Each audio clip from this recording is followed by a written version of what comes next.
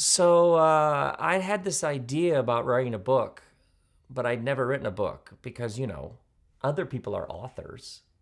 Other people are writers. But I had a bunch of ideas, and I'd been speaking them, and they seemed to have some sort of resonance, but I didn't know how to make a book.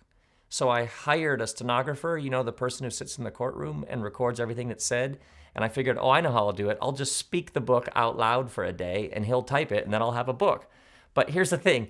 By about mid-afternoon, I distinctly remember the stenographer is typing away, and I'm pacing back and forth in the room, speaking my book out loud. And I remember thinking about something else and realizing I was boring myself. I had lost interest in what I was saying, so that wasn't going to work.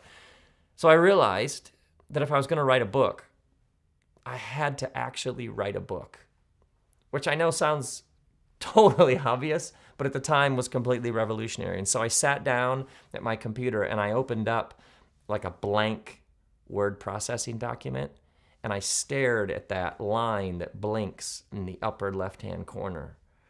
There's a reason why they call it a cursor, by the way, because it was like it was taunting me. Who are you to do this? You think you're a writer? You think you're an author? Other people know how to do this. Who are you? We all have our blinking line, don't we? The blinking line is whatever is waiting for you to bring it into existence.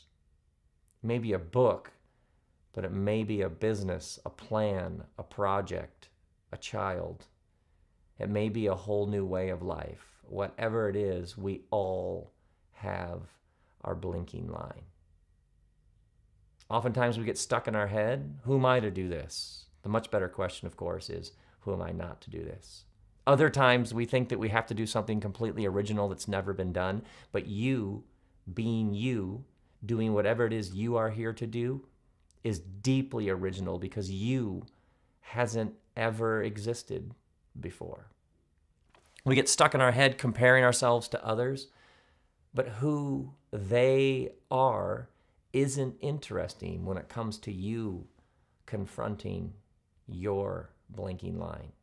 And then sometimes we're just so filled with shame and negative messages and tapes playing in our head about what we're not. But here's the thing about your blinking line. Who you aren't isn't interesting. The only thing that's interesting is who are you and what are you here to do? And when you move from who am I to do this to who am I not to do this, now you can do something with that blinking line.